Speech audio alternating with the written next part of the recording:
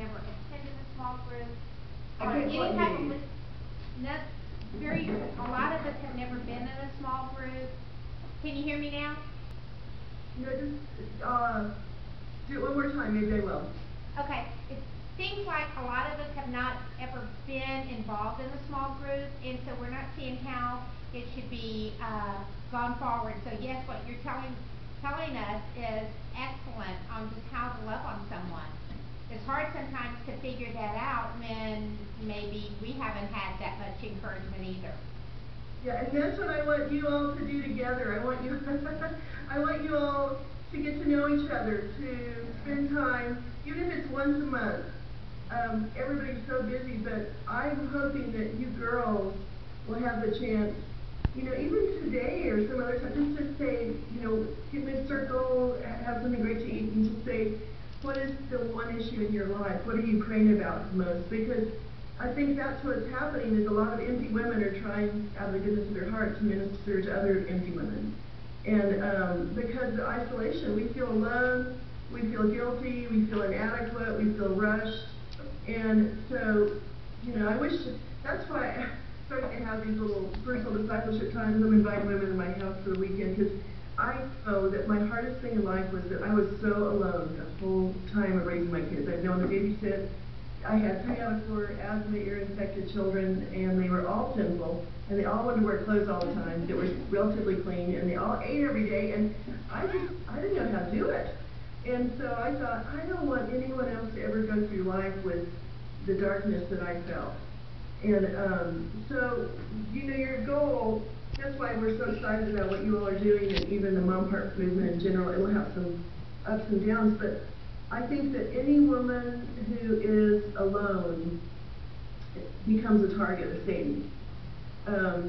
If you don't have somebody in your life to know you and still love you and to encourage you and to pray with you, you're going to become more and more discouraged, because this world, this is the battleground, this is the broken place. It's not heaven yet. We forget that. And so in the broken place, would you ever isolate a warrior on a battlefield alone against a formidable enemy? No, but that's what Satan's done. We don't know people, we don't. And so I've had to, every group I've ever been involved in, I've had to start. Same thing for my kids. I started dinner things for my kids. I started, I have this little group of families, and Stacy knows them, but we didn't have family. It was just a long story about my background. We don't have people that we spend holidays with or that do things for my children. So I thought, I'm going to die if I don't have any friends. So I challenged these 2 other families, and we meet together once a month for dinner. We started a little group with our kids. We go on trips together. It took a while to build. I did the same thing for my little leadership group here. We started having them over once a month for, we would have lunch together at 1 o'clock, and then we would stay together till 5:30. And over a year, we started building a friendship. We started praying for each other. We started loving each other. But a lot of you all need that too. And so maybe this group can become a group of women that can love each other.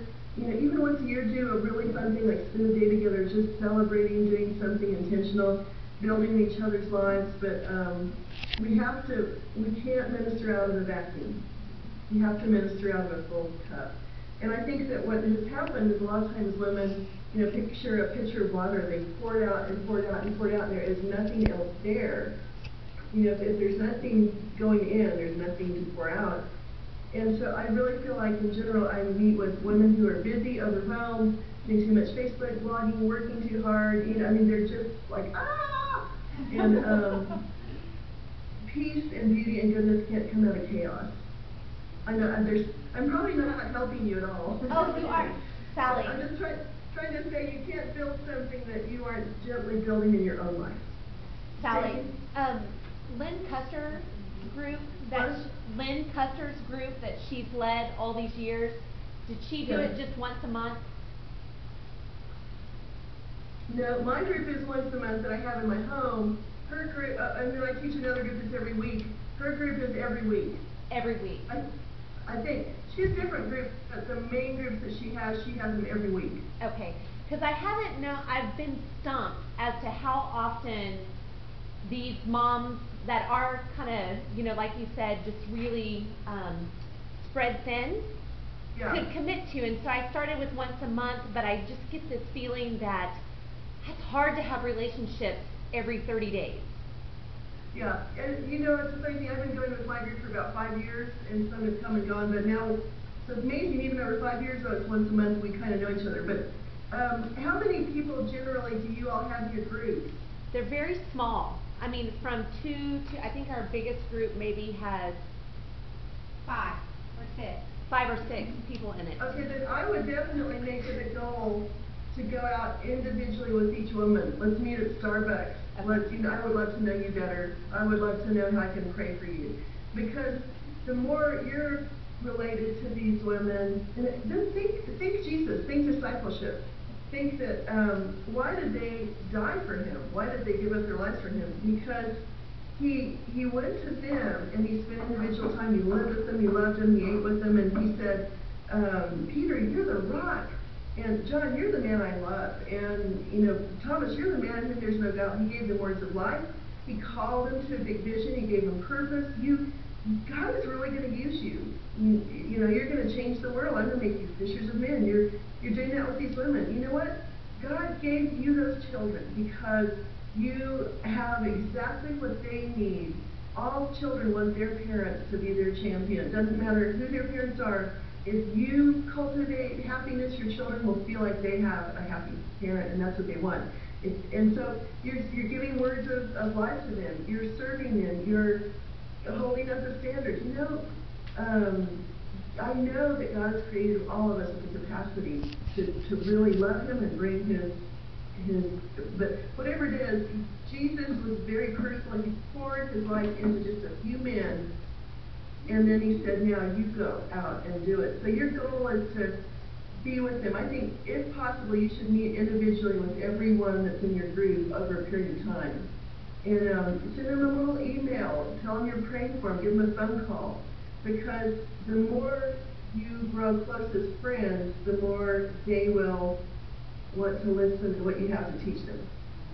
Does that make sense? Absolutely. And that's Lynn actually, Stacy, she takes every single person in her group. She has 12 to 20 women, and over a year's period of time, she goes out to each of them for lunch by themselves. Wow. Very nice. But it's just that the more impact you want to have, the more the closer your relationship.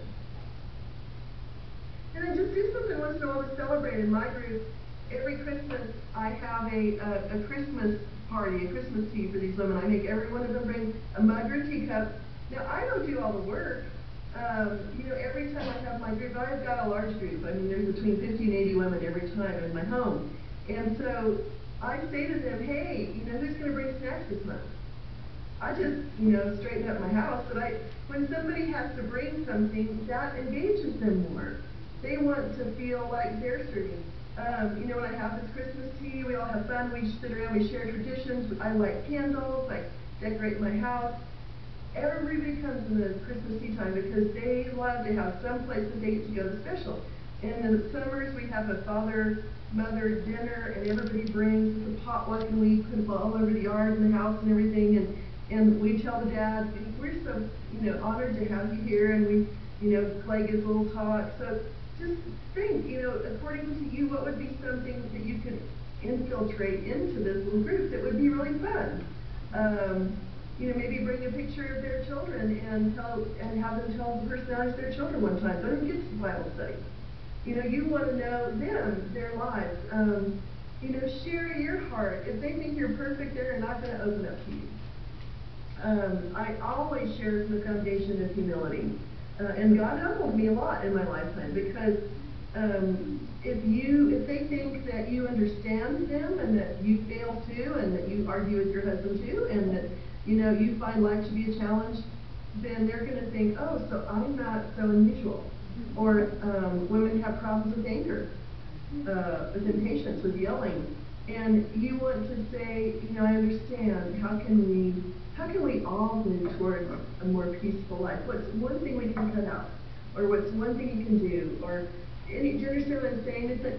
it's an environment of discipleship and relationship where you go then to the Word together. But if you don't give them grace, build relationships, open your heart, then you won't pass on to them what they need.